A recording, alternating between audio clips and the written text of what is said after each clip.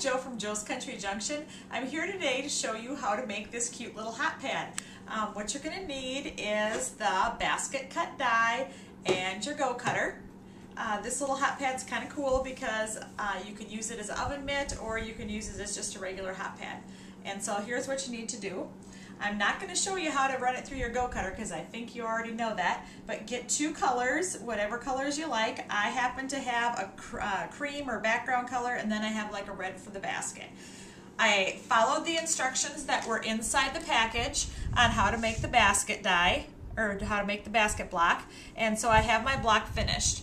After my block was finished, I cut two 4.5-inch squares, and then I cut them on the diagonal, and then I added them to the edges like this. So then you're going to have this created. After you have this created, you're going to take your ruler and rotary cutter and you're going to trim it so it's 6 by 7 inches, and most of what you cut off will come off the bottom portion. So then you're going to have something that is about this size. What I did is I cut a background that was 6 by 7 inches as well. I cut a piece of batting, but it's the special batting that you use for hot pad holders. I sandwiched that together. I took my machine and I machine quilted around the edge of the basket die, and then I did a stippling stitch around it. I set that aside, and then I prepared some bias tape. It has to be cut on the bias. It cannot be cut just regular binding across the grain of the fabric. It has to be bias cut.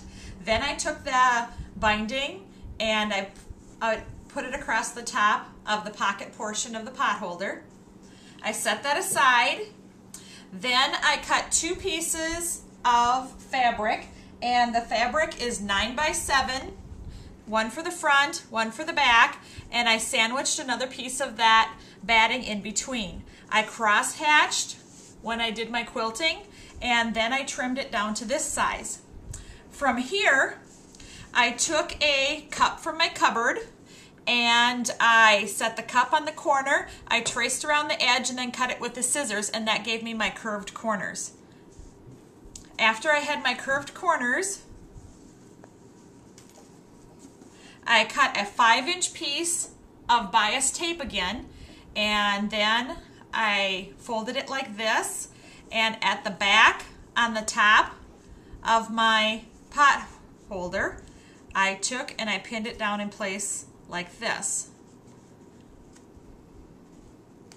I flipped it over on the other side and put the pocket down.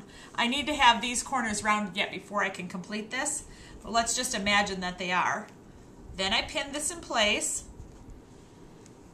and then I took another piece of bias binding and I put the binding around the pot holder, and I made sure I caught this little seam here in the binding.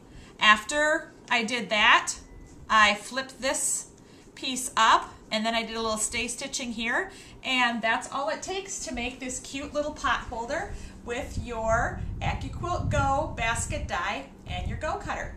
If you want more information, check out joescountryjunction.com.